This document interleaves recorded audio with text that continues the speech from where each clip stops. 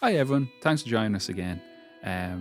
Owen from Taskart here, and joining me is a familiar voice to the podcast already, Colm Griffin, who you might recall was featured in our first episode among the Irish comic creators at Dublin Comic Con.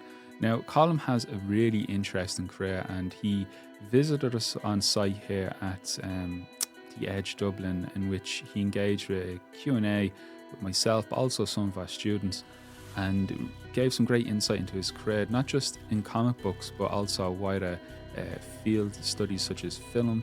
We talked a little bit about animation along the way as well.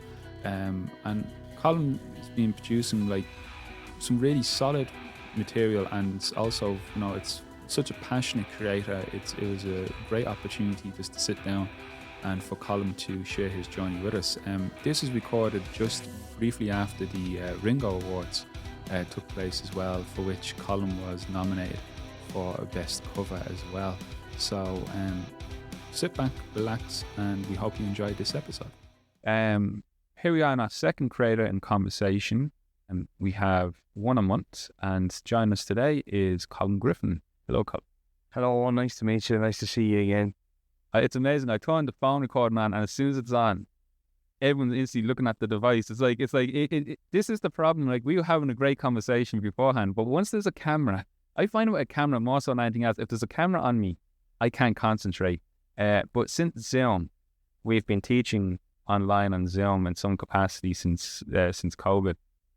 I've kind of gotten over the camera thing. I always remember my first time on a TV camera. There's a funny video if I can find it. It's on my Facebook page. We Facebook friends? I don't know. We will be having this. But I think I was 19, 20, and there was the RT Morning Edition TV show, and myself and Declan Shelby were invited onto it. And like, I'm so young, I have no beard. I'm just like really just super young. I did, and Shelby's on it, but I'm just remember this. It's so weird because they filmed the 6-1 News RTE. And then I just totally went out my body when I was like, oh, what do I do? Camera's on. I knew exactly what I wanted to say, but from my mind to my mouth wasn't happening. Now, Declan did not have that problem. He was a pro. He was like, I'm ready for my close-up, Mr. We have that. It's funny because I'm used to the red light of death, I would call it, in recording. And I forgot myself for a second. So if you can see me, you see I'm after rearranging. No, but I did forget it for a second. I was like, what am I supposed to say? Yeah, the old red light of death.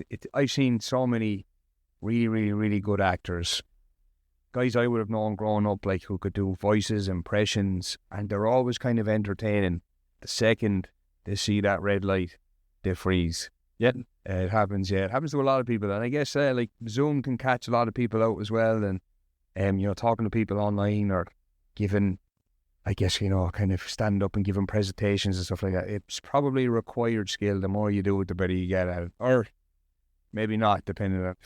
I say this much: when I'm doing events now, I do feel more comfortable with the Zoom approach because you can have much greater control over your environment and such, and particularly, I find if I'm in a closed off room, have the earphones in, I can just focus on one thing. You hit a kind of a flow, as it were. But the drawback in all of that is if your Wi-Fi costs. Yeah. It's not always in the forefront of my mind as it used to be, particularly during the height of COVID. But just this week, where we're located, we have like state-of-the-art facilities, and we have 2 Wi-Fi modems. So if it's by 2 different providers, Air and Virgin, so if one's down, the other kicks in. Yeah. Both went down because they were doing the line. Fortunately, I had like 4G in the phone, but stuff like that. And then we had just done we were talking about before we were recording the Kevin Easton masterclass, and that was on Zoom. And that was for practical reasons. It couldn't be in person, so I said no bother at all. But yeah, I was sweating bullets a bit in the lead up to it. Wasn't just to the Wi-Fi. I said once I made him co-host, if his Wi-Fi dropped, I could wait for him. If mine dropped, he could take it.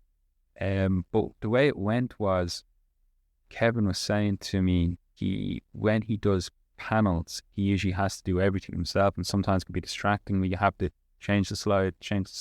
So he asked me if I could host the slide and go through. I said no bother. So when we release the recording, you see he'll go next slide. Yeah. And it worked very fluid.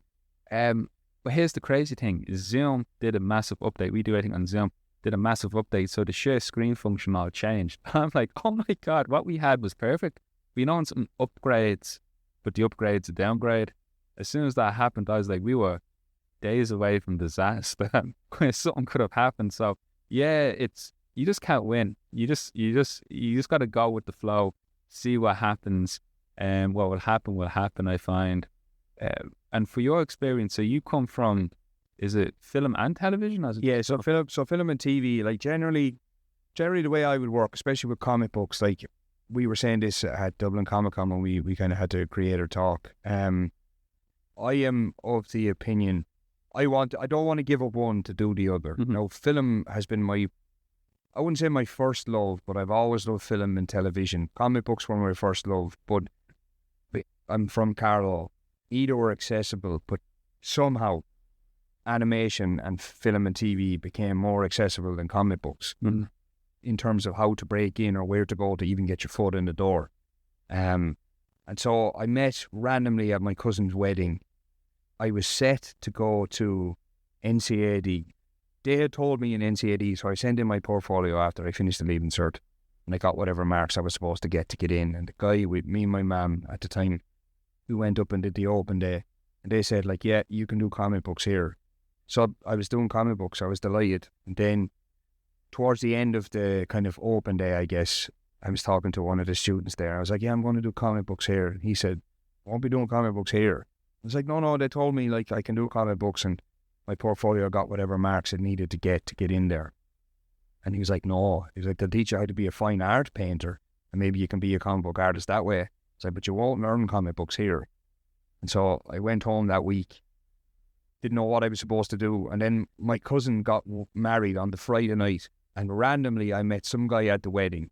He was like, oh, go and study animation in Ballyfermot. So I applied maybe on the Saturday, and I think it was either the next week after that, I went to the open day. Then I was doing animation, and I was lucky to get my honours degree, and then I went along and got a master's degree in the meantime. And is the master's with Ballyfermot as well? Yeah, it's based in Teesside. Okay. So which is where the degree comes from, which is... They have a great BA in comic books as well. Yeah. Fionnuala, sorry, I forget Fionnuala's name. It's Fionnuala Doran, I think it is. Doran, heads that. I don't know her now. I remember a Fionnuala who taught us light drawing. Mm-hmm. Maybe that might be... She was Irish as well. Like, yeah, it could be the same. Yeah. But like Ballyfermot was an excellent college, just in terms of vocation. Obviously, there used to be a funeral every day, but like if you didn't get caught up in that stuff, like I mean, the area was fine. Everybody in the college seemed to kind of stay away from all the kind of that kind of area. But from coming from Carlow, like it was exactly what you needed. And were you able to commute up and back each day? No, so I stayed. So my brother was in DIT up here, and I had friends. So I actually lived beside it's the big college. Yes, I can't think of the big college up here. Trinity, UCD, DIT, UCD. So I lived beside UCD, and I would have to get 2 buses every day to get to Ballyfermot. And I remember it took 2.5 hours to get from one place to the next place. So I could have just stayed at home. Yeah, that's the crazy thing. It is the crazy thing with Dublin is the transport system. It leaves much to be desired, at times. But what's interesting is you mentioned Ballyfermot. If I'm not mistaken, I believe Stephen Mooney, past Danger IW, is alumni from Ballyfermot as well. Tom Moore, who I think was contemporaneous with Stephen, and he went on Cartoon Saloon as well. Were you around the same time? No, I was a good bit behind them. But the more and more, like in any industry, the kind of more and more you get into it, the more people you realise went to the same place as you. And just like me, coming from Carlow, there was no one else doing film, no one else doing comic books, so you kind of feel very isolated. And all of my friends are accountants or they work in a bank. So I was the only one trying to do what I was trying to do. But then you come up to Dublin. Stephen Mooney was the same. He did animation. Yep. Tom Moore is still in animation. He's obviously directing in Cartoon Saloon. So his animation career was booming. But they all started as the same thing. They all wanted to be comic books. I think Will Sliney was the same. Stephen Thompson was the same, and even Nick Roach. Like, they all wanted to be comic book artists, and through some reason or another, comic books weren't accessible to them, so they all went to Ballyfermot.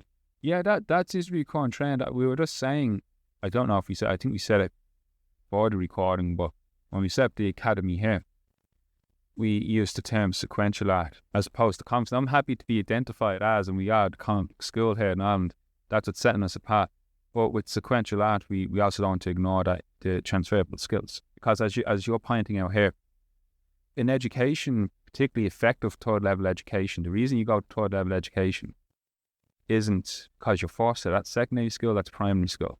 It's because you choose to, and you choose to because you're investing in your future.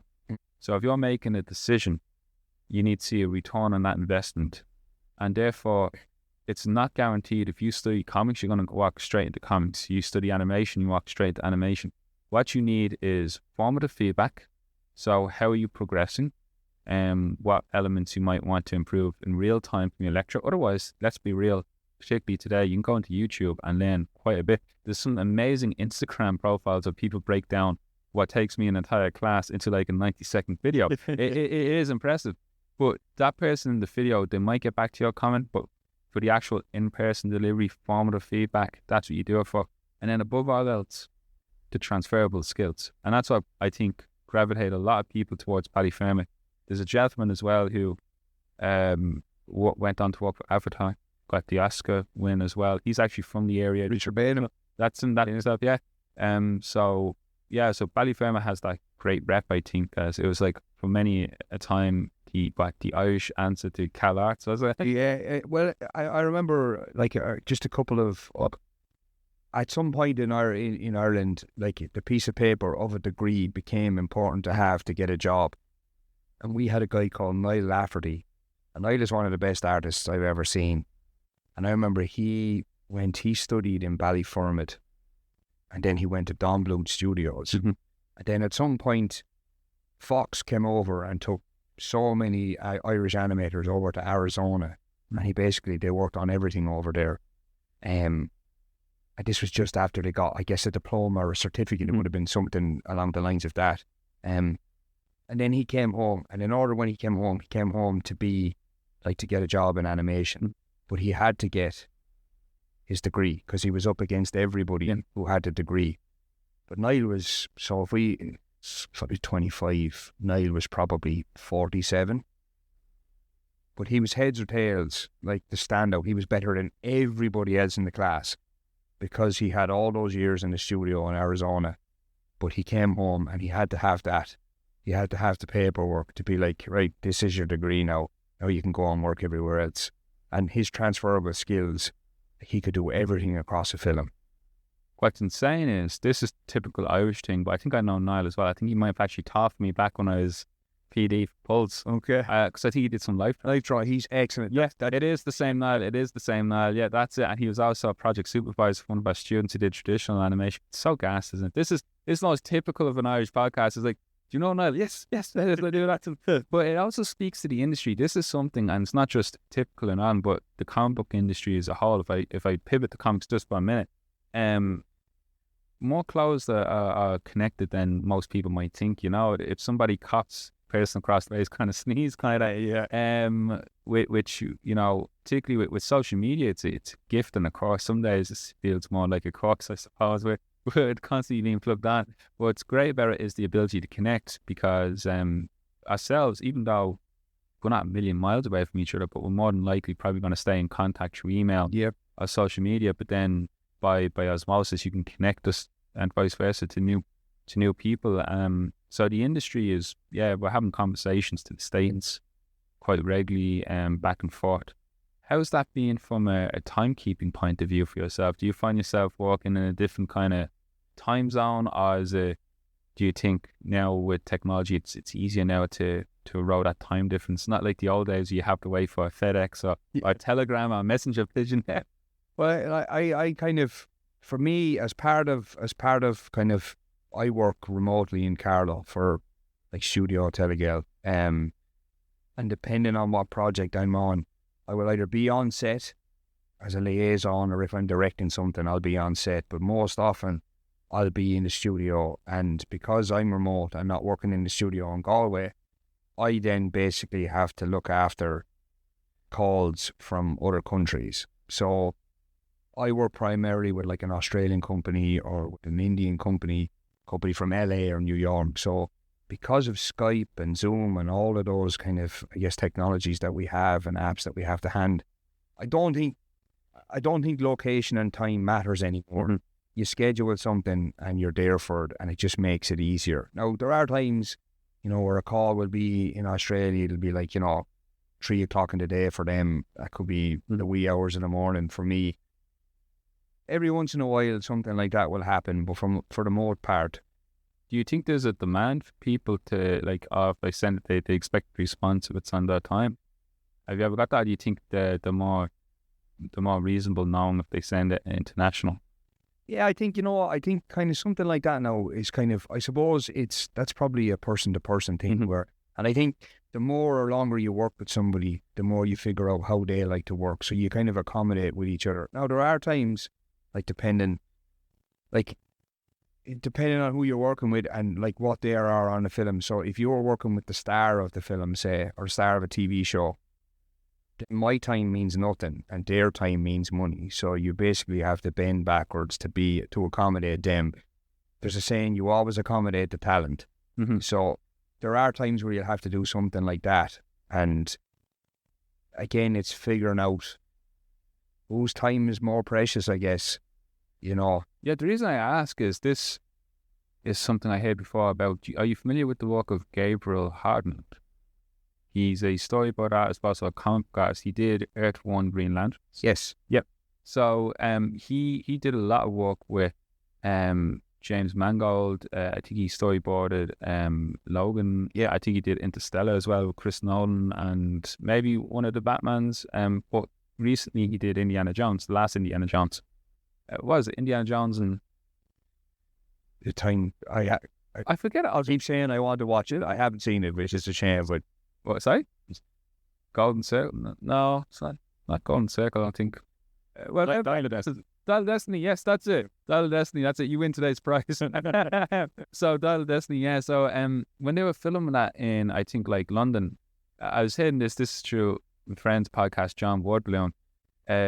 James would call LA to Gabriel to start drawing something because they need previs, and it was just those kind of crazy hours, And he was like, "Yeah, he did it. Like it's more." And in my own mind, it's probably from my own lack of awareness from working on the films, but in my mind, I wouldn't have thought like the storyboard artist would have been as hands on or as in demand during the production process. I always seen it as something that's done early on, but with revisions, etc. that go on. But the important thing is, and this is very true in comics as well, it's like comics and storyboards are different. There are similarities, like in terms of visualizations, the sequential nature, but they are different in terms of detail and delivery and composition.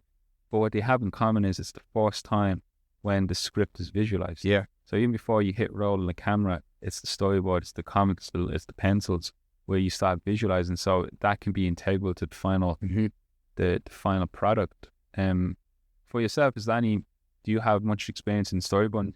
Yeah. So my career is kind of, it's not different than so many others, but like I don't specialize in any one area, so I can work on them all. And I decided very, very early that the more I could do on a film or a TV show, the more likelihood that I would be held for longer on it. Because, Ireland is excellent for animation. Like it's, especially now, like people come to Ireland because of the reputation it has, one, of the talent, but two, just our output is, someone said to me before, and I can't remember who it was, but they said like Ireland punches above their weight massively when it comes to production and stuff like that. And I think it's because of something like this. It's that if you can do so much more than just your 6-month contract, then you'll be able to stay on something for longer. So in a production with Telegale, like I could make a film start to finish, and I can now I'll never be a master at any of them, but I know enough, be competent and confident enough that I could kind of drop in and go like, I'll do storyboards for that, or I'll do sound engineering for that, or I'll actually animate that. Or the only thing I don't like to do is rig, But storyboards, it's a skill in itself, and I find that it's hard to find very good storyboard artists in Ireland, but the ones you get definitely come from comic books. There's one in particular I can think of right now, Ben Hennessy. Yeah. And I rate Ben above so many others. And I know Ben wants to be a comic book artist. He has his own he had Godfell come out with Vault Comics, and that did really, really well. I know he's doing something else with Dave. Yeah, I was going to say Dave Hendricks. Yeah, Dave. But if you talk to Ben, you're like, how's the pages going? He could tell you, I won't say the company that he's working for, but it's a superhero show that they just finished. He did all the storyboards for that, for season 1, 2, and 3. So you can kind of catch him at either point. He's either working on comic book pages or he's doing comic book storyboards. So they're integral. And I also think, if you can draw anything, then you can draw anything. And that might not make sense to anybody who doesn't really understand drawing, but if you're taught how to draw something in storyboard form, then that's essentially the panel of a comic book. You're just replicating it each time or doing a different version of it on a comic book page. We often look at it in our working definition of sequential art, the academy we take from Scott McCloud from Understanding Comics. And the idea is we try to break down, what's the difference between, animation, film, and comics? Because film, and this goes back to a definition when you actually film on actual film strip. So cell by cell. So there were images in deliberate sequence juxtaposed. But what it comes down to is the spatial and the temp. So when it goes to film, it's more about the runtime. You'd say this is 25 seconds long, where the other comic be 25 pages long. And then that's probably why when you look at storyboard and comics, the difference is how you occupy that space. To be more use of auxiliary markings. Now, you wouldn't have it as polished. I remember when I was teaching animation, one of our students, he was actually student of the year. We brought someone in, they were from Boulder Animation, one of the other animation studios, and he looked at the animatics. Now it's even more animatics, I think, they look for than the old, static storyboards. But he looked at it and went, this is great, but we would never hire him. Why not? It looks too detailed. Because someone would think they spent too long on it. Now this guy, even if you did it quick, so even if you can do it quick, if it's your first impression, you got to scale it back so they know you can hit what's the essentials. Yeah. And that's the elements when it comes to when you get a script. And, we've all seen the insane Alan Moore scripts where it's small novella describing the room. But often it's usually what people would appreciate. We had Michael Carroll here previously, and it's great because Michael was speaking more towards the writer side. Mm-hmm. Yourself, it's great to have you on board to speak towards the artist side as well. But Mike was saying he has now tried to discipline himself, working with John Higgins, that John would post up a page of script and would work off that as well. Mm-hmm. And Mike now tries to do 1-page script for 1-page comic. Yeah, to stay on point onto it then as well. For yourself, when you're working from a script, are you going through highlighting the key elements, or which you prefer, when you're collaborating with someone and it's not a script of your own, or maybe it's when you're composing your own script for someone else, composing the script for the editor. What's your approach to that then? Do you like to get straight to the meat of what's in the scene and then let the interpretation, the visuals tell the story to it along with the dialogue? Or do you invite more description or detail? What's your preference when it comes to script? So if I'm working from my own script, I tend to, I wouldn't say it's probably, you could probably call it Marvel method, where I would kind of go and I think of ideas and I've basically just given myself, say, a bullet point. This is what the story is going to be in this page. And then I'll build the visuals around that story or around that bullet point. And it'll kind of flesh itself out as I'm drawing it. But when I'm working for somebody else, I always say, if you give me, I don't like for somebody to tell me what to draw. So if somebody was to send me the script and they'd say, I want him at this angle and I want to look down on him here and he has to be doing this and then they have to do that. That's not really the way I like to do a script, because then essentially just doing exactly what you want, and it's not really a collaborative piece for me at that point. But if you give me enough detail that I know exactly what you want from the piece, but there's still plenty of room for me to kind of maneuver within the page, within the layouts. I love that, because then it really is a collaborative piece. Because I've had it in the past where someone will send me a script and they'll say, this has to be exactly like this, and then you're like, okay, but it's easy. I find sometimes when someone is a comic book writer, or when someone is a writer and works for, say, screenplays, and they're just turning it into a comic book script, because you'll have something like, Owen comes into the scene, so panel 1, Owen comes into the door, he talks to Alistair, Alistair hands him a can of something, and then he puts it in the fridge, and it's like, that's one panel. But what is essentially what's the most important part of that panel? So you're going to have one actor. Exactly, because I can't draw all of that.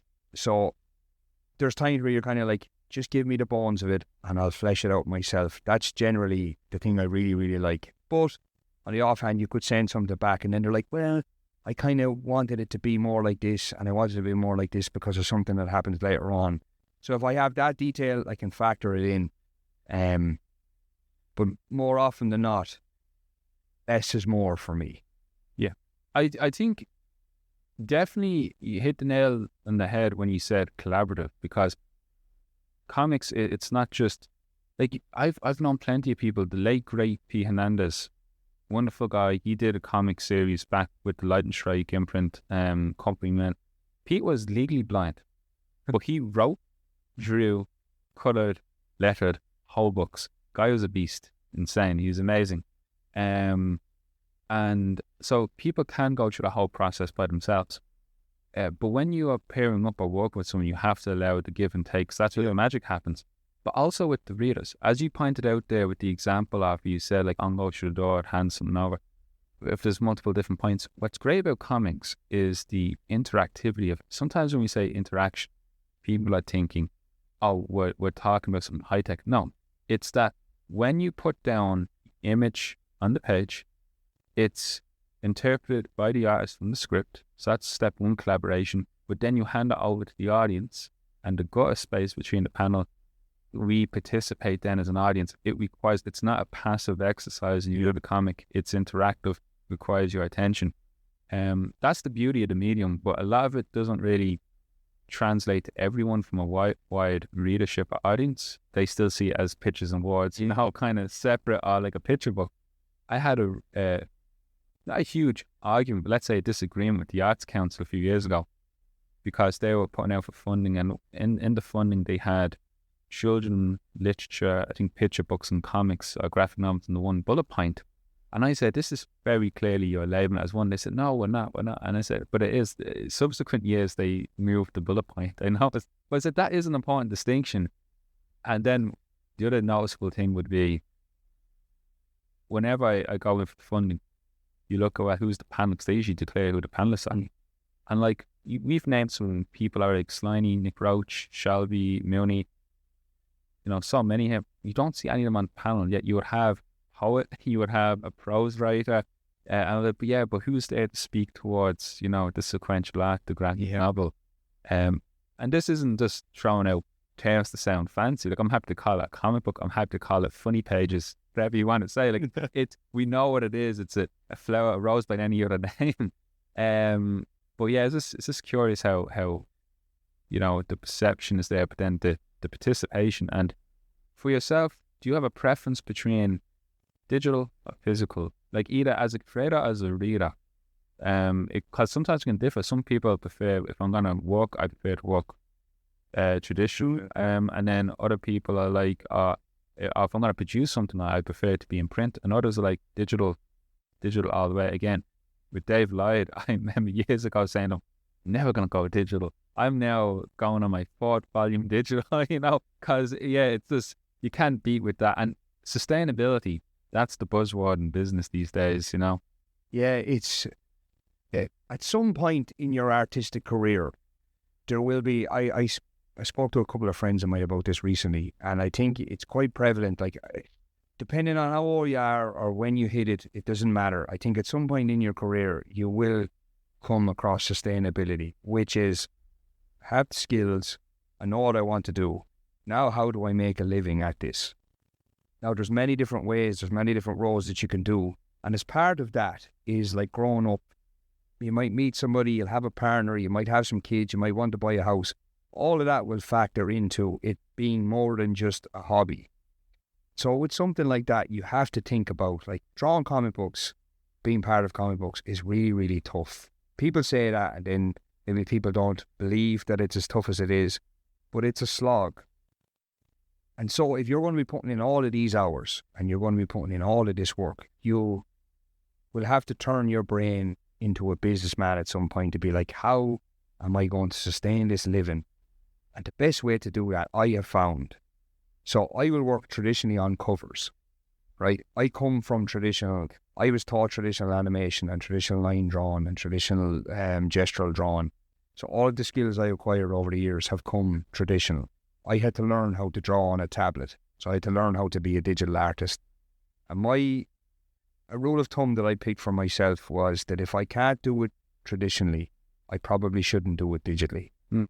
So I will do all of my comic book pages, bar something like a splash page, which for the readers or for the audience is like, pick a cool image out of a comic book where the hero is jumping out and it's almost like he's jumping at the reader and there's loads of action. I'll do something like that traditionally because traditional art will sell. You can sell traditional pages. And so I was speaking to a friend of mine and he was saying, like, if you're going to produce a piece of work, so Alistair, just for you, this is a rule of thumb for you. If you're going to do this cover, traditionally, if you can, do it traditionally. And the reason you do it that way is because you'll produce the picture, you'll have it on an artboard, you'll scan it, you'll colour it, you'll do that digitally. Then you will be paid for it by the publication, whoever pays for it. So you have to have been paid by it once. Then you could probably sell that piece at a show at a later date. And there you have to have been selling it twice. And a small thing that people do nowadays, which is great, I'm only getting into myself, is like, if you make a traditional piece and then you kind of put it up on a Patreon, so you show your step-by-step process, if you video record yourself doing it, and you show people how you use ink wash, you show the way you use your inks and your pencils, how you bring the page to life, then essentially you sell that online to whoever wants to buy, like, you'll sell it a third time. That then goes into being financially responsible as an artist and making the most amount of money you can by doing this job. Because eventually, if you fall and you break your hand, like, comic books aren't super secure that, like, you have health insurance, you have house insurance, you have all that stuff. If you are sick for a week, nobody pays for that except you. So make as much as you can. Look, it's not a very romantic idea, but it is a very realistic idea of what comic books comes down to as a business. Yeah, no, absolutely. Because, like, everything you're describing there is requiring outside of the academy. I'm also an associate teacher for other colleges, and subjects I teach would be entrepreneurship, business, brand, and marketing. But I don't just teach them for business orientated students. I'm teaching to fashion design students, interior design, architecture students, graphic design, communication, and so on and so forth. And these are people who typically wouldn't care to look at a spreadsheet, of cash flow.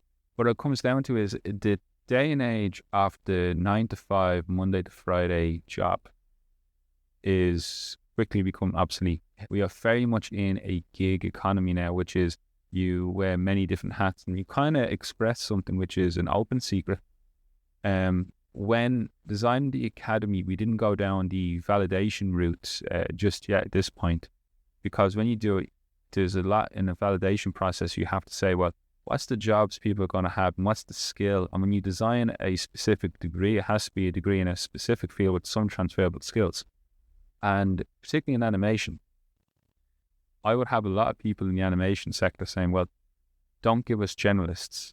We don't want generalists because we hire for specific roles. But at the same time, if you want an opportunity to get in, you have to have the flexibility to go for those roles. So you need some kind of a general. So it's not to be a generalist, but have a general understanding. So the approach for us has always been a T-shape, which is pre-production, production, and post-production. We get students to do a little bit of everything, but we find out where their core strength is. So then they know, like a domino, what becomes before and after, and they have that flexibility and adaptability. Everything you said, which is brilliant about the cover, is literally what Alistair here is doing a Flash Gordon cover for us. Yeah. We literally got to do it at Red Folder. It has his stuff there, so we'll probably look at that later. But great to hear echoed from industry to it. And then the business side, we usually have like a strand of entrepreneurship now going through, because we need to learn how to monetize our skill set, and also look at something like, as you were saying, when you produce the artifact, it doesn't have to be just the one thing. You can, it's all about looking at it to maximize the profit. It's insane that in the golden and silver age, they had to fight to get the original artwork back. So much was like lost in race paper bins or thrown out, or the studios just didn't give back. A colleague of mine, Alex Savia, worked with Will Eisner, and they said when there was a flood or a leak or something, they just used the original artwork. And like now how much is that? That would have been like a couple of grand at the very least, you know. They were just thrown out. It's insane. And I hear other crazy stories, people going through like Jim Lee's paper bin, you know, seeing, oh, this is good, I might sell, this is like a half-finished sketch. Insane stuff. I mean, too, at Tall Pubble a couple of years ago, I met Matt, who is one of the head guys over at 2000 AD. He was telling me that, like, there's a 2000 AD, I think it's called 2000 AD Revolution or something, or Punk. Mm-hmm. It's a documentary. But like, people jump in the bins outside and have to steal their original art back, which is, like, it's insane to me. Rob Liefeld just sold, Rob Liefeld didn't just sell it. At some point, he sold an original piece of artwork, page from Deadpool, and it sold yesterday for $980,000. Mm-hmm. Like, of course, like, you know, he's one of the kind of revolutionaries when it comes to comic books, in, you know, the image revolution and stuff like that. Like, the goal is probably never to sell or want to make something that will sell for $1 million, but you want to make as much as humanly possible to have the best life you can, so you can create more comic books. Like, that's the goal. America, I worked in America for a long time on a production, and I went in, and one of the things I learned in college was the Adobe suite. Mm-hmm. So I can do everything. Again, I'll never be a master at it, but like, if you need something done in something in Adobe, I'll probably know how to do it. So I started as a layout artist. So I was doing graffiti on buildings, and I finished after 3 months. And just before I walked out the door, Russ Augustine was the name of the producer, and Sean Claffey. And they said, does anybody know how to do After Effects? I said, oh, I can do After Effects. And they said, no, you're the layout guy. I was like, but I can do After Effects too. So I did that. I got another 3 months. And after I finished that, again, like, I'm throwing maybe a bit of colour on the story, but it was essentially, does anybody know how to do Premiere? Mm-hmm. And I said, oh, I know how to do Premiere. They're like, no, you're the layout and the After Effects guy. And I explained to them, I was like, guys, we learn all of this in college, just because when we come out, we're not, like, we don't have our speciality yet. That, like, we just have to make ourselves as presentable as possible to a production house, and hope wherever we get in, then we'll specialise in something. And I think that's, even with comic books, like, I mean, I colour my own stuff in comic books and I ink my own stuff in comic books. They're different jobs, but I do it just because I want to make sure that I can have as long of a career as possible. Mm-hmm. Do you know? And that essentially comes down to just wanting to do the job forever. Yeah, and I think with stuff like that, like making money, making yourself as presentable as possible, traditional art, again, as I said, I'll do it on a cover and stuff like that. Like, it all ties into just being able to do the job for longer. Yeah, I often call it there's a book years ago, I must have been 13, 14 when it came out, but it's called the Batman Handbook, or the Batman Training Manual. It's by a guy called Scott Beaton. He used to do like these handbook things, but in it, it's like all these real world skills, if you were Batman, you would have to have realistically. You know, I was like, this is the type of stuff I just live for, you know. Like, I love this minutia. People are always like, Grant Morrison had an expression, people who ask who puts the in Batmobile tire shouldn't, but I'm like, no, I do want to know, because I like the fun where the story can go. But in it, Scott Beatty had this really good expression, which I've always kept in the back of my mind. I've actually applied to every class that I've taught whenever I'm teaching the subject when it comes to transferable skills. And it's, you know, Batman never asks, why do I need to know this piece of information, like about exotic birds? Well, the penguin might come, before he learned about it, why did he bother learning about it? Because you never ask yourself why. You say, how could I use this and save it? Like the utility belt principle, like you just have a little bit of something of everything. But yeah, I think people think when it comes to like, not generalization again, I don't want to make it sound as if everyone has to go off and learn a bit of everything now and cram it all in, but I think it's good to have a wider view of the picture and at least familiarize yourself with the pipeline enough to know how it fits in, because it goes back to that element you were saying, collaboration. Yeah. And you can't collaborate if you don't know what the roles are. Like, you can't dance with a partner if you don't know what the steps are. Where it comes down into it. How's it been? Your career in comics and publishing in the Irish scene? So you start off with, it was Ocean City was the first one. So that was self-published, or did you? How did it go? Talk us through your first comics, and then because you were involved in a good bit. It was like Ocean City. Then you were with the Row Comics Group. Yeah. And then what were you publishing? Don't want to say the phrase mainstream, because I think I'm who publish it's like published as far as I'm concerned. But going to, publishers outside of Ireland, I suppose, was that simultaneous with your Rogue material as well? So how did you progress then? Because I think it's important we discuss a little bit about that, because when I'm encouraging students or just people in general who want to take that leap, often the advice is, and many people go to these big conventions like New York and all, the editors say, well, just make your own comic self-published if you want. But people, but no one's going to read it. But it is important, because that is the true portfolio. That's what really gets you out there, is that body of work, because it proves you can take something to the finish. It also, you can build your audience. You sometimes go with you to your next project. So what was that then? How would you go about not breaking into comics, producing your first comics? Well, I had been thinking about Ocean City for a long time, and like, I don't like to use the phrase "a perfect storm" very often, because really you shouldn't need a phrase like "perfect storm" to get something done, which I guess could be a separate conversation. But I knew I had a specific amount of time, so I had finished a TV show, and we were about to turn that TV show into a movie, and so I had 6 months of development work ahead of me, where we were kind of developing different scripts, and we were trying to kind of come up with new ideas. So I had a specific amount of time every single day, and at that point I had moved to Galway. So my wife now, she lived in Carlow, so basically I was on my own from Monday to Friday. I'd travel back and forth at the weekends. So I knew I had a specific amount of time, and in that time I wanted to produce a comic book, and I wasn't going to just do one issue. And the one thing I will say about myself is different now, like with timing wise and stuff like that, but quite fast that when I sit down I can draw colour and ink, and because I colour my own stuff, I can skip a lot of the earlier kind of stuff that I need to worry about, because I'll fix it again.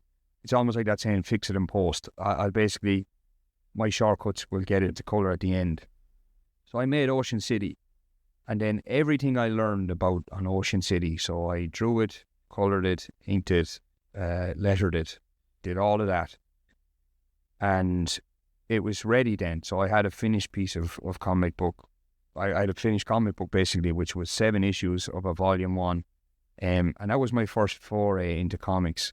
And I went to Small Press Day, and Rogue were only starting at that time, and you and me were having conversations at the time. Actually, you were a huge help to me, time wise, where to go and what to look for. And then obviously personal issues for myself, I couldn't kind of progress that way. So I had this thing finished and I didn't know what to do with it. Went to Small Press Day. All Comics wanted to put it out, but the idea was that I didn't know how to letter a comic book, and it showed. So I got a professional letterer, which was Alice Coleman, and I still work with Alice to this day. And then it was ready and it was finished, and I didn't have to worry about it. So the only thing so instead of having one giant volume, we broke it into 7 issues, and then I kind of brought it to conventions, and I don't know what the reason was, but it very quickly became popular. I don't know if it was the story, I don't know if it was the artwork, because it looks like a cartoon.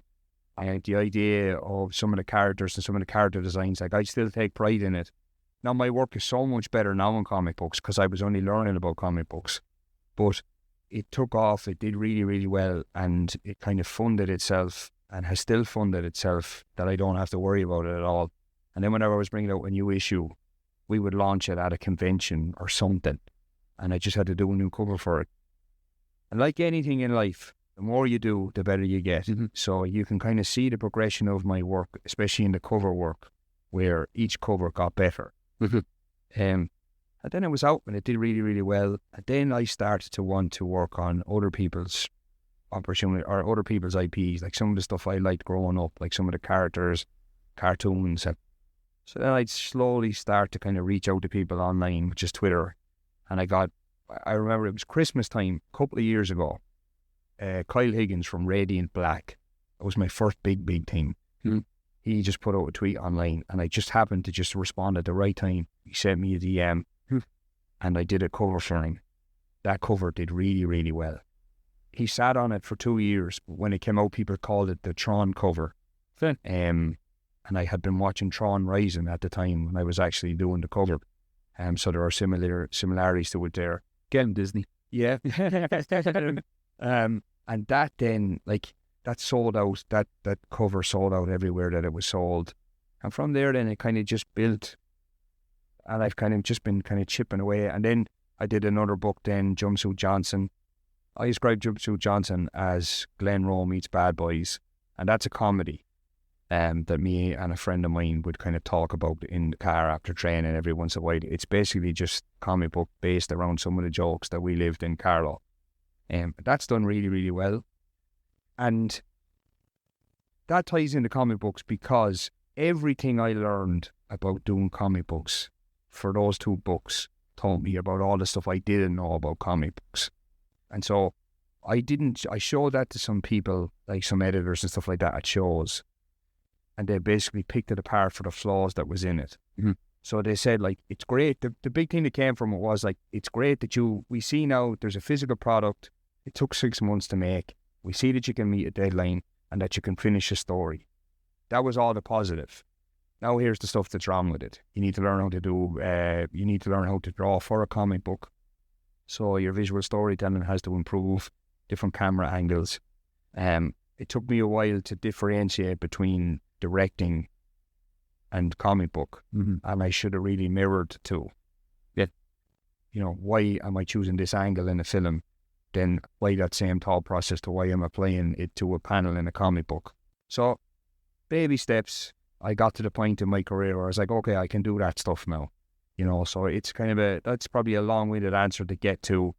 They're the first 2 things I've done. And since then, I've been very lucky that I've worked on really, really like cool IPs. And I don't know how or when, but I kind of got the moniker that, like, if somebody wants a giant robot fighting in space, I tend to get asked to do that stuff a lot. And that comes from my love of Power Rangers when I was a kid. And I just finished working on the Power Rangers. So, it's kind of full circle. So hopefully that answers that. But no, that's fantastic. It's great. It's great to hear, like, the progression, because you hear the expression, you know, what's luck? It's when, you know, preparation meets opportunity. Like, a lot of us look back and, like, this is a term in business as well. They say, oh, when you start off a new business, the imposter syndrome, like, I should do this. I find that's very common in comics as well, but you don't want to make it sound like it's all like cliquey, you need to know people or stuff. It's really just, if you're putting the work in the background, if you're developing a portfolio, be it finished product, be it a series of sequentials, once you're generating content without someone having to tell you, a teacher or a boss, and you're doing it, then when the opportunities arise, it could be, as you were saying, the road guys set up, they could set up and like, oh, here's a chance you have material to show them. Or it could be, like, as you said with Kyle on Twitter, we go, oh, well, I'm looking for some here you go in that moment. You have to have it. A lot of people get frustrated saying, I'll never get these opportunities, but are you actually doing the work consistently? Yeah. And are you actually seeking out the opportunities? You can't work in a vacuum. That's part of the ethos and the ideology behind the academy as well, is to act as a forum, as a point for people to come together. It's funny because Alice Colden, before his comic was with us, which Colm's was a design one, as you mentioned. It's all like, it's hilarious, the connection. Like, many people have come to me and said, oh, well, the first gig they've gone to work like Marvel and stuff, and I said, oh yeah, it was whereas with Lightning Strike or things like that. And that's the proof in the pudding of the academy idea, is to try and bring folks together. So collaboration is a kind of, when you're approaching a creator to ask for collaborating, sometimes folks might find it awkward, you know? Am I being too intense at a convention coming up? Because the psychology of a convention is different. If someone's at a table, they're there to make business. They have certain overheads, deadlines. They have a reason they want to be there. They want to be cordial, collegial, and friendly to you. But at the same time, they don't want to spend all the time talking to you as well. So do you have any, tips or tricks for the smoozing of the networking? Like, what worked best for you? Did you find it best to navigate that side of things online? You mentioned you went to a small press day. Yeah. So do you think, which do you prefer? Is it like a balance between online, in person, or do you have a preference for how you like to connect? How is it done now, particularly in post-COVID? A lot's done kind of online. But what's your approach to networking? This is probably going to be I'll try and make this as detailed as possible, but not too long. Like I could give an argument for both. I think, personally myself, right? So comic books is a tough industry to break into. I said that earlier, and I find myself that I could post a really cool picture of Batman online, and 7 people could see it, right? But then somebody else can post a really cool picture of Batman online, and 120,000 people see it. So therefore, it's almost like a kind of a playing game. I think with editors and people that you approach at comic conventions or small press days, as long as you have manners and you approach them in the right way and be respectful of them and their time, and understand they can't give you 4 hours of their time right now.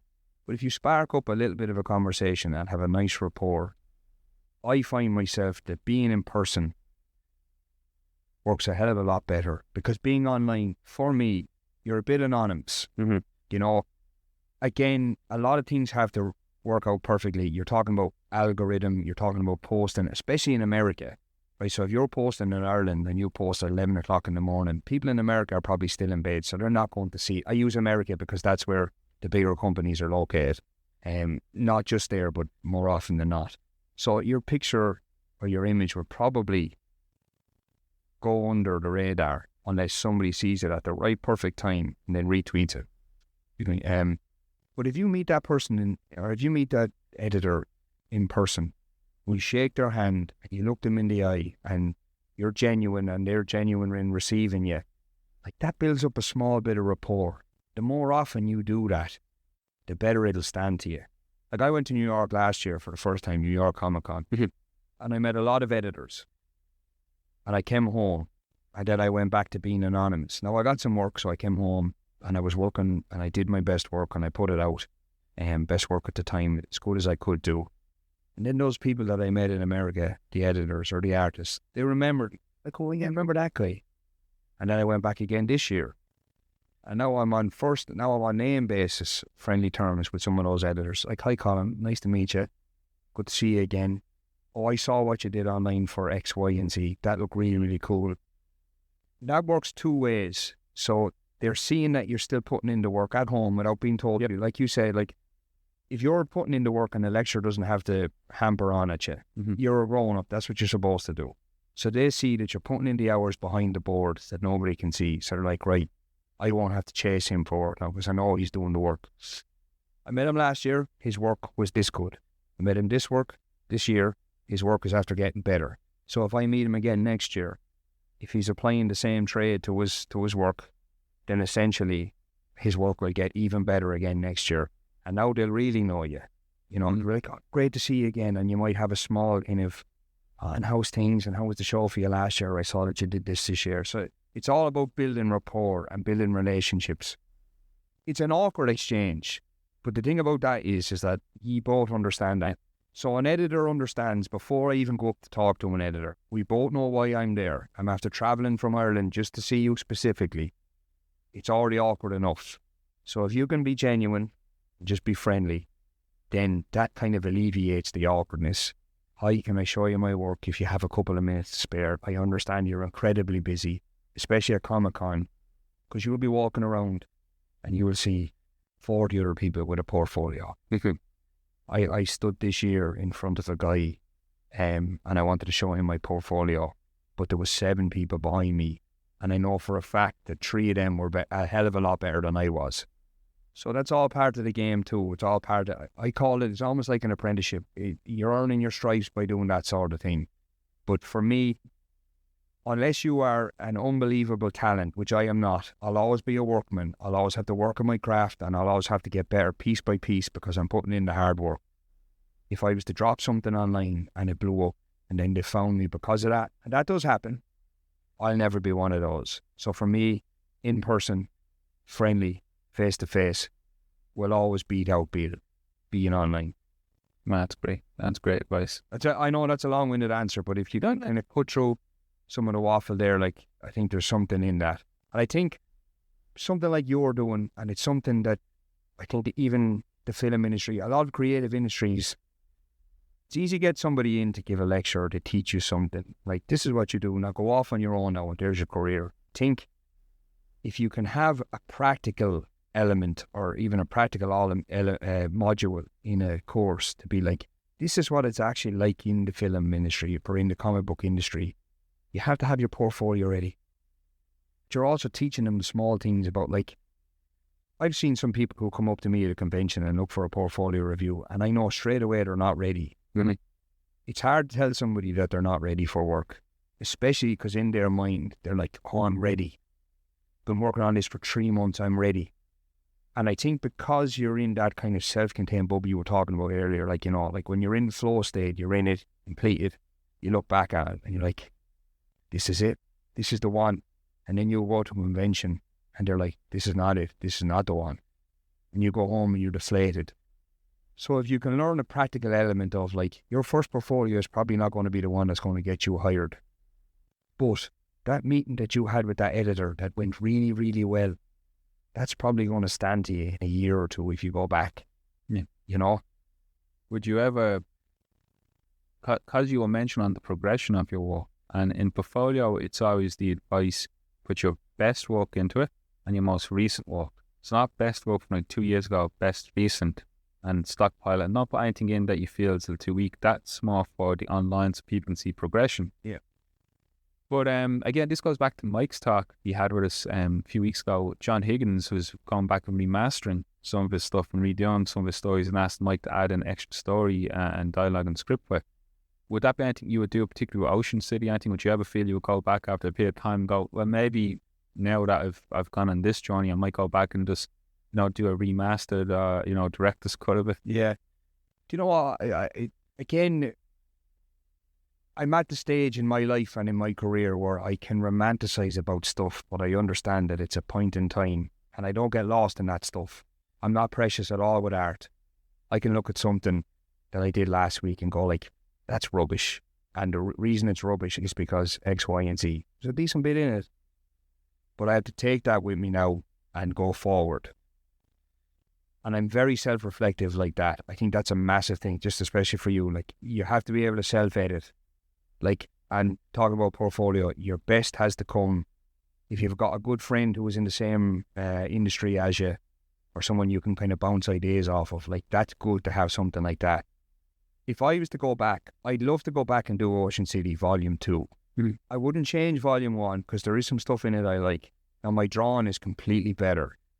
My visual storytelling and how to make a comic book has far surpassed that. I wouldn't change it because, again, the romantic in me is like, that's a point in time. It is what it is. And it's also, it came out and it won a couple of awards. And awards aren't important with stuff like this, but like, it was a thing that I put 6 months of my life into and it meant something to me. So I let it stand on its own. But if I was to do Ocean City Volume 2, which I'd love to, it'd be completely, like, the story would kind of progress and it would evolve the way it's supposed to. The art would be so much better because I'm so much better because I worked on it in art over the past 4 or 5 years or whatever it is, you know. So I'd leave it there. Maybe a cover every now and again. I did do a cover. It's probably the only time that it's happened to me in my career so far. I did a cover and I finished it and I really liked it. And it was for a licensed property and I sent it off. The invoice went in. Weeks went by and then they came back to me and they were like, will you change the colour of it completely? They don't want it in daytime anymore. They want it in a specific. And I was like, okay. And at the time I remember going like, work on a license properly sometimes, especially when it's from an anime. Like, an anime from the 70s probably has like a rabid fan base. Mm-hmm. So it has to be exactly like they remember it. So I was like, okay, do I want to do that? I was like, no. And then I thought, like, this is a rare opportunity now. You can go back and make this better with better colours. You're better now because it's been a few weeks. So I went back and I completely changed it. The drawing, the base drawing is the same, but I added so much more to it. And now I look at the original and I look at the remastered. And the remaster is so much better. So much so that I got nominated for a Ringo Award for it. So there are times where you can kind of, and again, a nomination like that, like the nomination is not important, but what's important is the lesson I took from it, that like, oh, if you kind of step away from something for a while and then kind of go back, you can add something to it and add an element or make it better because of what you've after learning in between, if that makes sense. Absolutely. But how was the Ringo Awards? That was a real experience though, over. And it's interesting. You're sitting at the table, and then there's people who you've probably like grown up reading of, fans of, and they're sitting at the table with you. That must have been like one of those out of body experiences. I took a lot from the Ringo Awards. Now I went to the Ringo Awards first, and then I went to New York Comic Con after that. All right for some folks. Okay, it's one of those. As I say, like comic books have been, when they've been good to me, they've been good to me, you know. And I kind of, my film career is doing really, really well. So I finished, it was almost a treat. I had finished the movie and I said to my missus, listen, I'm going to go and I'll be gone for 4 days or whatever. But I went to Baltimore. Now, I mentioned previous that I met editors at New York last year. Then I met them again at Baltimore. Now, if anyone was to ever ask me advice on like, should you go to New York Comic Con with your portfolio, I would always say yes. But if I was to give myself advice, I would say, instead of going to New York Comic Con, go to Baltimore Comic Con. The same editors are there. The same guests, comic book guests are there. But there's no media guests. It's nowhere near as big. Now, this might not work for everybody, but I got more time. So when you go to New York Comic Con, you hand in your portfolio. So many other people are doing that. You might not be chosen. You might be chosen. So you're like, okay. So it's almost a 50-50 chance already. So if your portfolio is not ready, the big comic book companies don't see something in it, they might not pick yours. So again, you might go home disappointed. But when I was in Baltimore, I bumped into so many top tier editors just walking around the floor. So if you get picked in New York, they might give you 10 or 15 minutes if you're lucky. I went for lunch with a couple of editors at Baltimore, and I really got to sit down and talk with them. We got to introduce myself properly. We got to have a little bit of a chat. And it just ended up being so much more conducive that then when I went to New York Comic Con last month, they remembered me. Like, oh, Colm, how's things? How was the flight back? You were excellent at like, hard look at the Ringo. Like, the book that won, it was obviously, was by a bigger artist or whatever. But they remember you with small stuff like that because I had time with them. And there was nothing else that got in the way. I'd walk up to some of my favourite artists, show them my portfolio, and you're giving back feedback that you probably don't have the time to get in New York because it's so busy. But yeah, Baltimore was amazing. Like, again, like you were saying, like I was sitting at the table with people that I've admired for years, and the fact that, like, even if they were only being nice, like my cover went up on the wall that my name was pronounced and stuff like that, I could be like, oh, I remember seeing that cover. And it, like, especially with what we do, like, it's so isolating. It's nice to be in a room full of people who know exactly what that feels like, and you can kind of bounce off them. I loved your book. I liked your book, and your cover was cool, and congratulations on winning that. And, you know, small stuff like that, like, is nice. Yeah. But I definitely go back to Baltimore again, like, this time to win. That would be the hope. But conventions are necessary, because I think, again, that's where you get your real world feedback. You can say whatever you want to about yourself, like, but if you go and hand it to people and they're the ones in charge of hiring and they tell you you're not ready, then you're probably not ready. That's got to be responsive to feedback. That's something that I'm often always sharing my experiences with my students. It's like, it's been a minute since I've done a portfolio review myself, but my first ones I think were in Birmingham with Dark Horse. Yeah. And then I did Marvel in New York as well. And Marvel New York's really interesting because they give you the form, you fill it in, then they call you, and then if they don't call you, they bin it and stuff, you know. So don't use originals. And DICE, Dublin International Comic Expo, which, you know, the lads in Big Bang used to run, they did some great opportunities. But sometimes you go to portfolio review, the best portfolio review is the one, as you mentioned earlier on in the conversation, they will point out elements, perhaps they like positives, but then they give you detailed, you know, feedback that's like constructive feedback. It has to be constructive. Don't get me wrong. There are people, and it's usually in like smaller organizations, I find sometimes, but it doesn't omit size or scale of who they are, but they go a little bit power tripping when it comes towards a portfolio review. Yeah. If you sense a red flag, it could be a red flag. I would say to people, don't be afraid to trust your instincts on that. Like, just because someone's doing a portfolio review, it doesn't make them God, you know? Yeah. But at the same time, if someone's taking time out and giving you constructive feedback, that is telling you what needs to be improved and perhaps suggesting how to improve it. Nobody does that if they don't see potential or want to invest in you. What they do if they don't want to invest time or effort is go, this is great, I like your style, good job. Yeah. That's what it is, where it's really positive, a nice platitude, but you don't gain anything, whereas the one you do gain the feedback on. But you got to be careful not to reset it. Like sometimes I think in early portfolio reviews, I've observed with colleagues of mine going up in the industry with them, very resistant or instant, like fight or flight kicks in. Yeah, it's like, oh, they said something bad. Well, hold on a second, I can explain, this is what I was doing.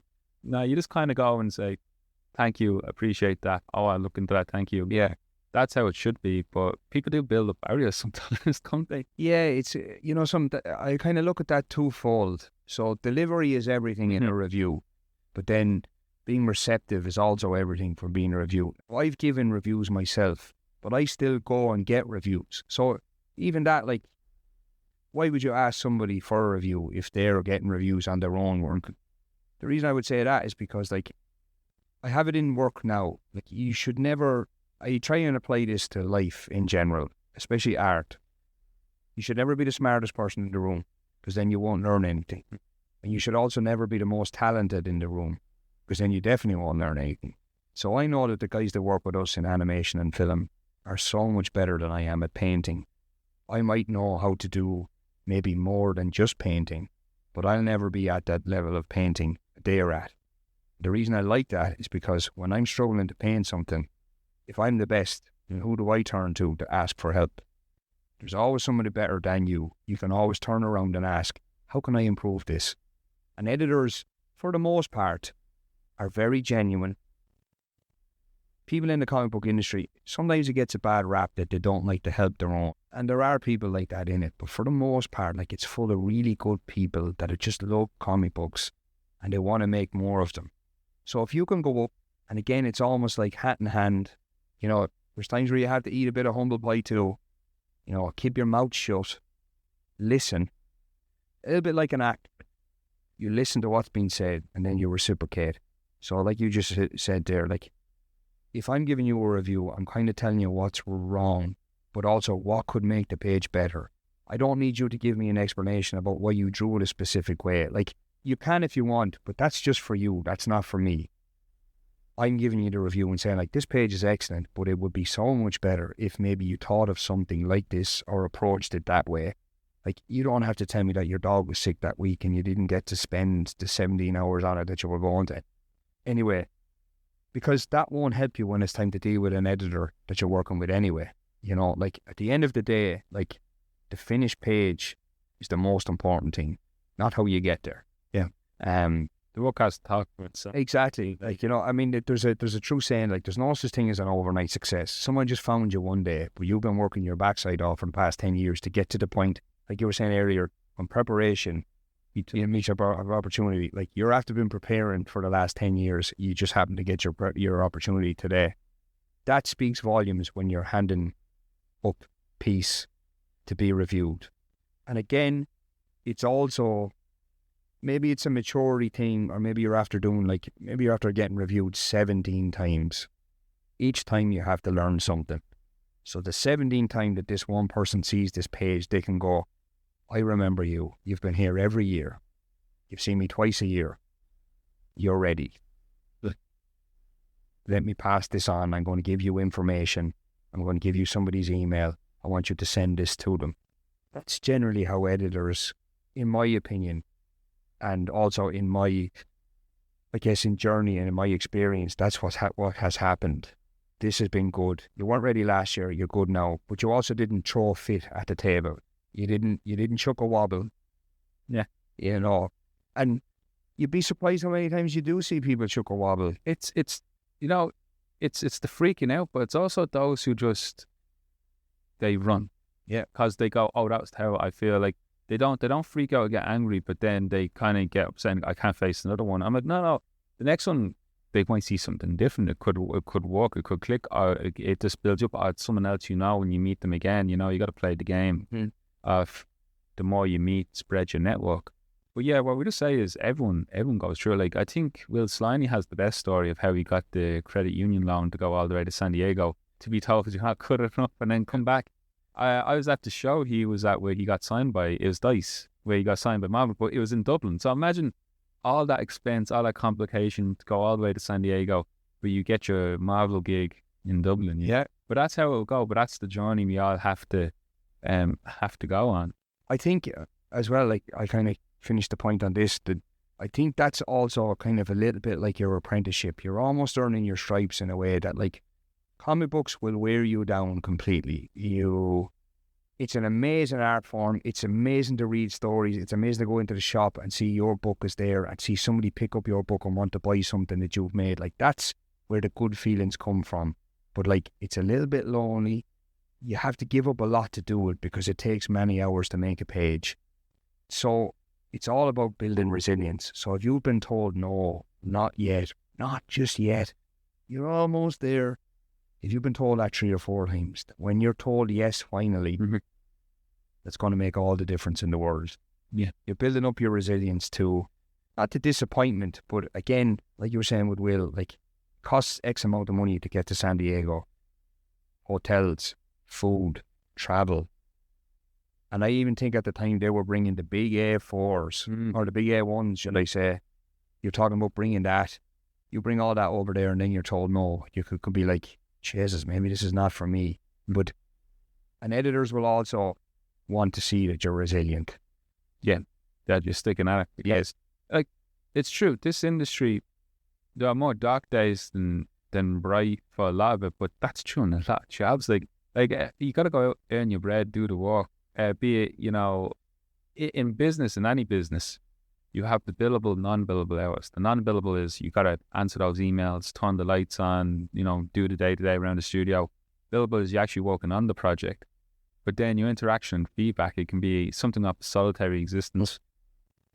With the academy here, we're hoping, and after this, we're going to wrap up here and I'll show you over to our setup, but we're trying to something that's not your typical classroom, more of a kind of bullpen kind of setup to it.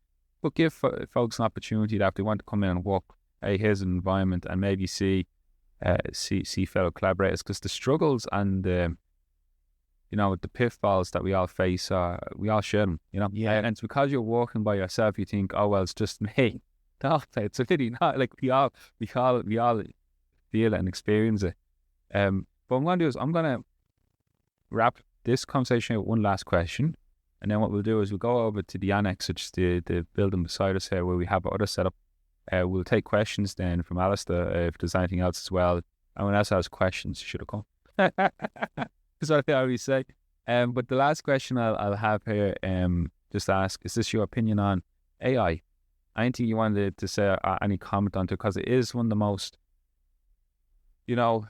rapidly evolving and perhaps, disruptive. It's a new change. I think the comment I heard from that I quote the most is Brian Bendis, who said, well, human members of Photoshop first came in and everyone's saying, oh, the sky's going to fall in. But people adapted and used it and it became like a tool. But because it's so prevalent now and it's such a, an emerging technology, any comments, any opinion, any thoughts on AI? Have you just probably, as something to do with me, you've just been sailing past it? No, I've spoken to a couple of close friends about this, and especially in the film industry and in the comic book industry as well. What I would say about AI is, like, AI is an amazing tool when it doesn't affect your livelihood or your position, your job. I could see AI, if I was a brain surgeon and I knew that a robot could cut within a millimetre of a millimetre with a laser, cut out cancer or cut off something like that. Like, of course, why would you not want something like that? When it comes to art and the passion, you can't teach a robot yet passion. Mm-hmm. You can tell when somebody goes through the motion of a page, or you can tell somebody when they've put everything into a page. And I think, for me personally, I always want to see somebody, like, whether it be the struggle of a page, like, I remember sitting down so many times and just working on a page and working on a page and working on a page, and I just can't get the pose, or I can't get it right. Finally you get it right. Mm-hmm. I don't want a robot to do that with a couple of clicks of a button and a couple of text.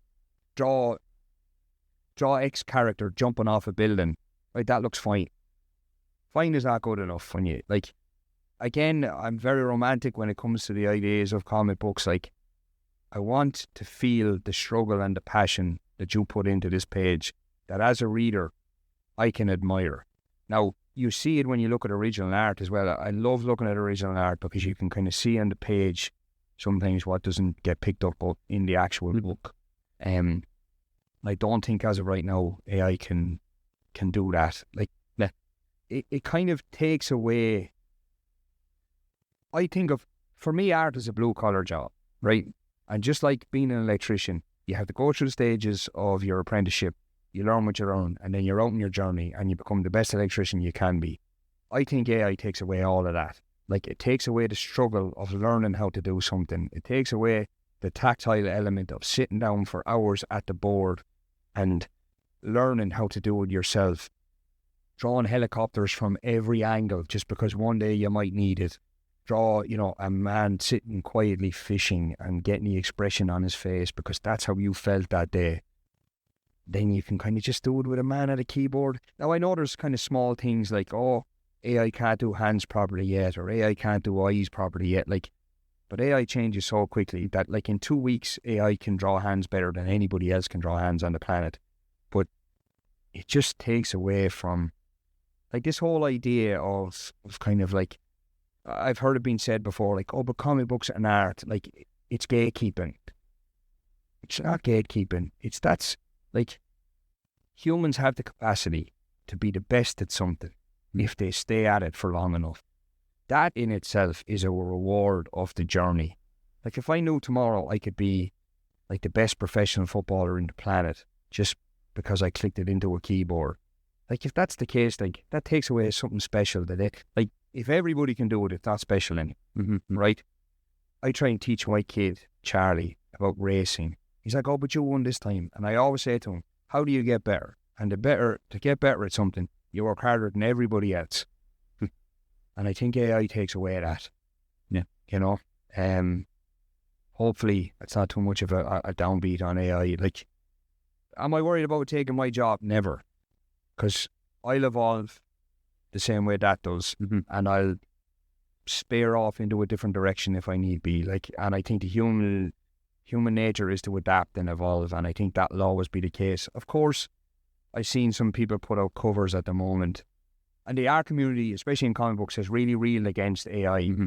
Like, I've seen some big time artists get work with some big time books, and then they found out that it was AI, and then you look for certain kind of, you can still tell when you look at something if it's AI or not. Like, maybe not to the normal or to the average Joe, but for people who are in art and have done it every day, you can see the telltale signs that it's still there.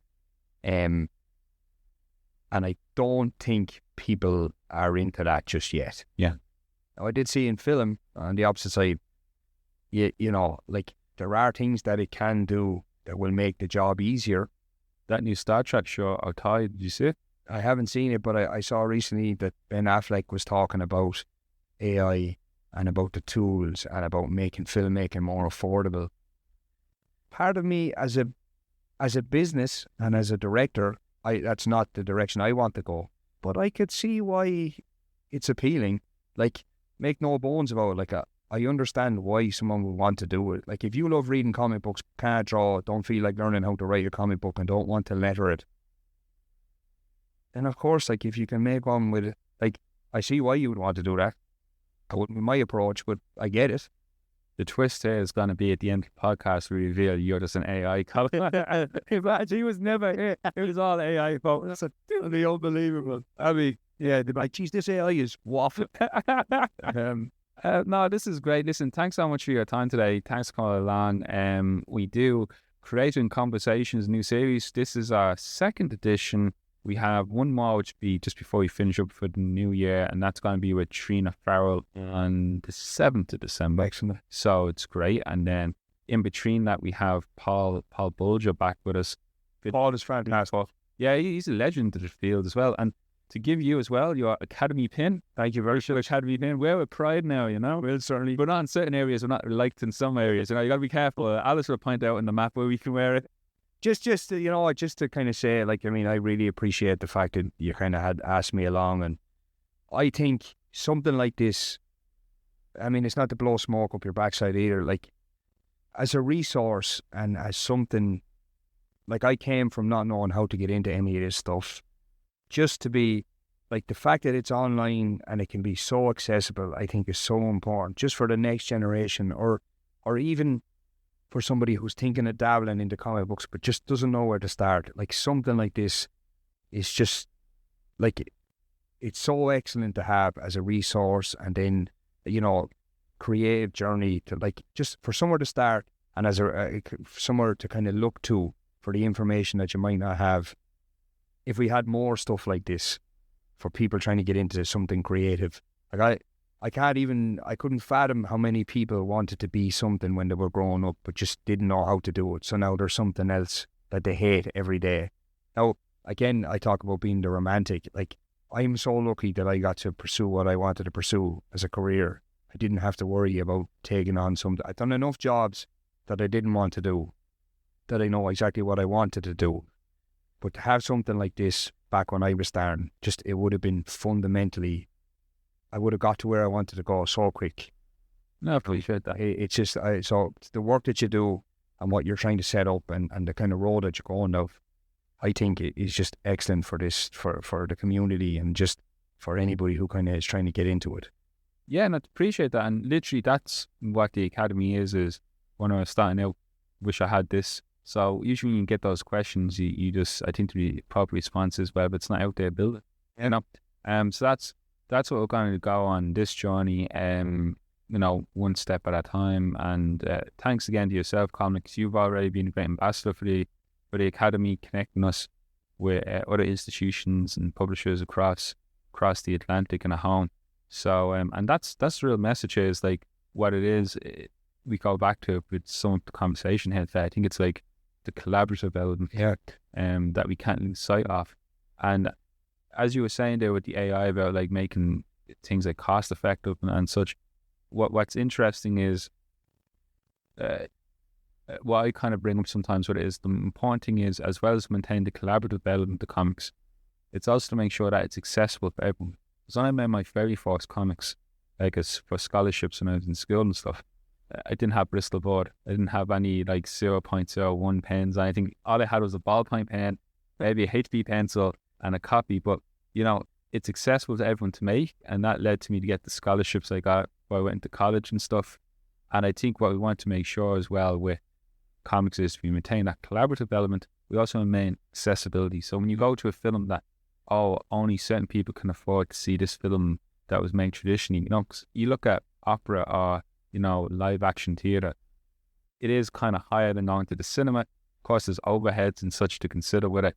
We want to make sure to preserve it for art's sake. But I think it's, and it's great to see it you out there as well, being this ambassador for Ireland and for comics in general, because you do represent that collaborative, collegial element of comics, which makes it, you know, fun to do, so thanks very much. Thanks very much to everyone for listening. This probably will go out at this stage, probably be 2025, because we're going to get a few in the bag and then release them. But thanks so much, everyone. And then we'll show you around now. We'll show you some of the other cool stuff we have around the campus. Thanks again for joining us for this episode. And thanks again to Colm. Again, he's appeared twice in this podcast, so he officially is marked as the most vain of our contributors to the podcast. But sincere thanks again to Colm, and hopefully we have him back for a third time as well in the near future. Again, thanks again to everyone who's listening.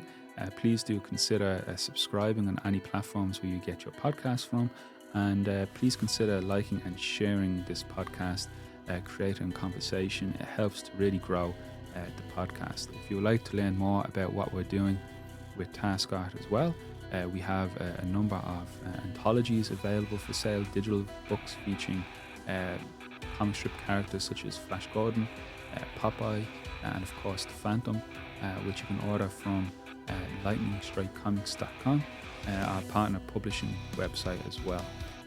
So until next time, thank you, and this has been a copyright production of Collier Consultancy 2025.